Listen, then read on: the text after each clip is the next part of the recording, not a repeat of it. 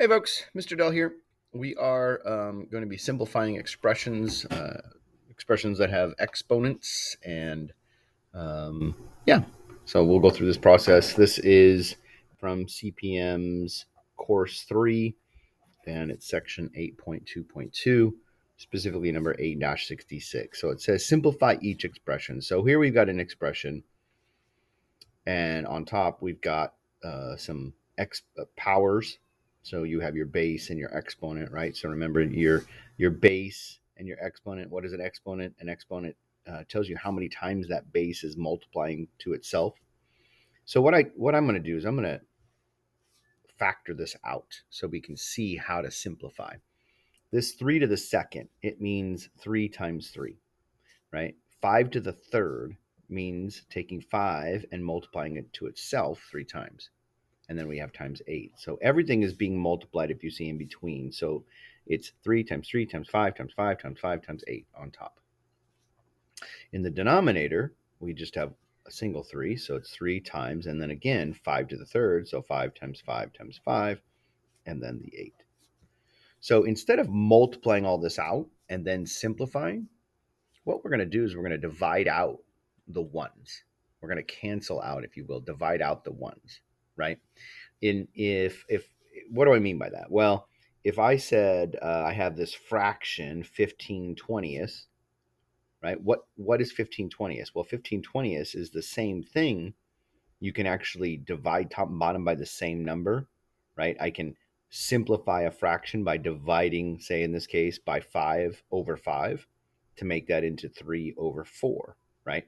That's dividing out a 1, right? Or we can look at it this way. So 15 over 20 is the same thing as 3 times 5 over 4 times 5, right? If I factor them out, and I can see here that's a 5 over 5, so that divides out, and you're still left with that 3/4. So that same concept we're going to use here.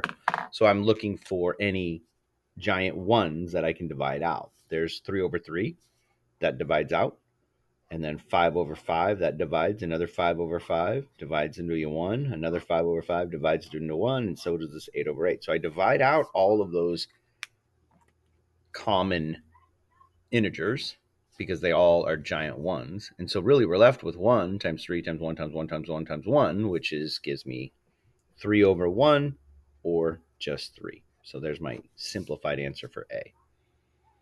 So with B now, B, a little different. We're not dealing with a fraction, but we are looking at this being 3x all to the fourth.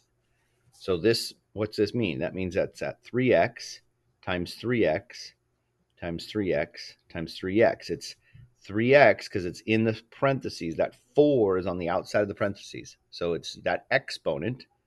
The exponent is telling me to take that 3x and multiply it to itself 4 times.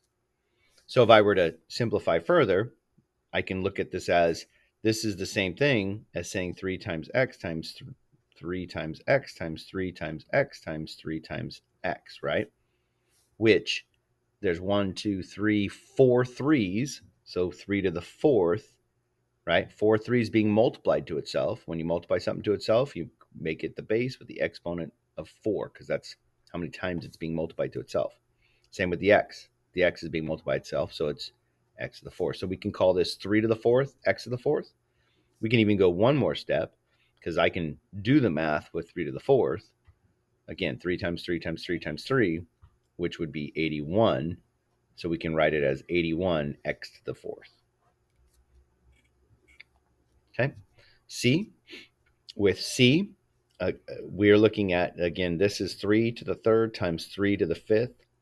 So when you take 3 to the third times 3 to the fifth, it's 3 times 3 times 3, 3 times 3 times. So there's how many threes are being multiplied? Is 8. So it's 3 to the 8th times.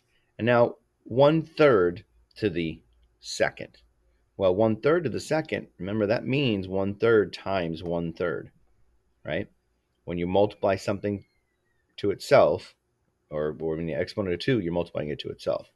So I'm going to rewrite this a little differently so I can simplify first. So I'm going to take that base and exponent and put it over 1 and treat this as now a fraction where my numerator is 3 to the 8th times 1 times 1. So I'll write it as 3 to the 8th. And on the bottom, I have 3 times 3, which is 3 to the 2nd.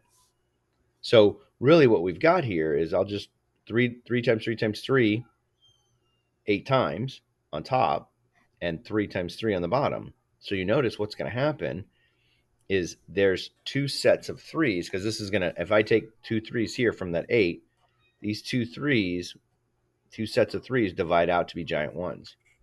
And all I'm left with is 3 to the 6. Did you see how that worked out? So, because it's 3 times 3, and then I could write 6 more threes, 3 times 3 times 3. But I knew those two would divide out with these two here. So 3 to the 6 is my final answer. Or I could simplify that further, but I'll just leave it 3 to the 6. D, this one, similar to A, where we're going to write it out so we can divide out our giant ones. So that's 7 times 7 times 7 times 7. And on the top, 9 times 9.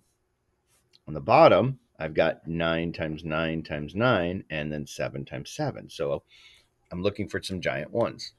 Well, I have a set of 9s, right? I see another set, because multiplication can be written out of order, right? I could actually just say, I don't want that 9 here. I want it over here. It means the same thing if I'm multiplying the 9 at the end or the 9 at the beginning. So I did that just so you can see that it matches up with that 9 there and divides out. So I've got that dividing out as 1, that dividing out as 1.